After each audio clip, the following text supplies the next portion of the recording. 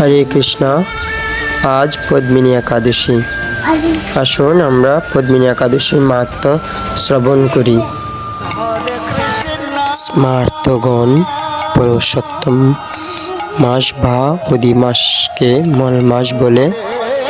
এই মাসে সমস্ত শুভ কার্য পরিত্যাগ করে থাকেন, কিন্তু ভগবান শ্রীকৃষ্ণ এই মাসকে পারমার্থিক মঙ্গলের জন্য অন্য সকল মাস থেকে সর্বশ্রেষ্ঠ বলে নির্ণয় করেছেন। তিনি নিজের নাম অনুসারে এই মাসের নাম পুরুষোত্তম মাস রেখেছেন। যুধিষ্ঠির মহারাজ বললেন, হে জনার্দন, আমি বহু ধর্ম ও ব্রতের কথা শুনেছি। এখন পুরুষোত্তম মাসের সর্বপাপ বিনাশিনী ও পুণ্যদায়িনী শুক্লপক্ষিয়া পদ্মিনী একাদশীর কথা আমার কাছে বর্ণনা করুন, যা শ্রবণ করলে পরমপদ প্রাপ্ত হওয়া যায়।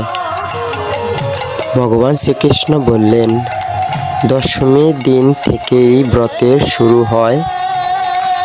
কাঁসার পাত্রে ভোজন, মসুর, ছোলা, শাক এবং অপরের অন্ন ও আমিষ দশমীর দিন বর্জন করতে হয়।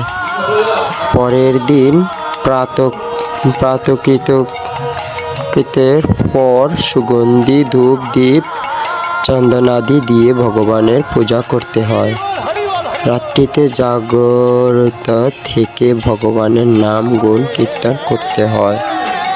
এখন এই ব্রতের একটি ইতিহাস আপনার মনোরঞ্জনের জন্য বলছি। পূর্বে পুলস্ত্য মুনি দেবর্ষি নারদকে এই ইতিহাস বর্ণনা করেছিলেন।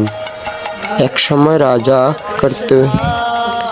কার্তবীর্য লঙ্কাপতি রাবণকে পরাজিত করে তার কারাগারে বন্দী করে রাখে।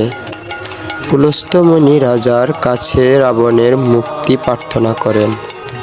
মুনির আজ্ঞায় রাজা রাবণকে মুক্ত করে দেন।